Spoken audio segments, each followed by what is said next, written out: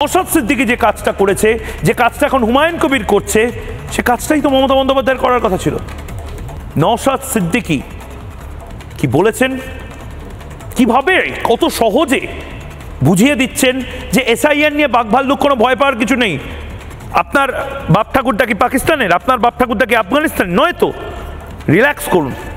নওশাদ স্যারের কোচিং, অনেকে হয়তো ভাবেন নওশাদ ভাইজান সে বোঝালে আমি সহজে বুঝতে পারবো।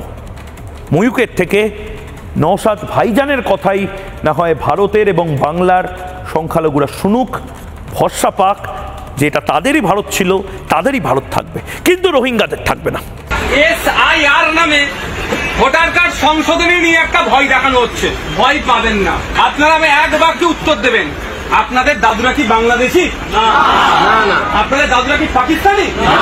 আপনাদের দাদুরা কি আফগানিস্তান থেকে আসছে? আবার ভয় পাবেন কেন? আমাদের যে ডকুমেন্টস আছে নামের বানান ভুল। মোল্লা আব্দুল করিম ভোটার কার্ডে, আধার কার্ডে আব্দুল করিম মোল্লা, এটাকে ঠিক করতে হবে। আমরা ভারতীয়।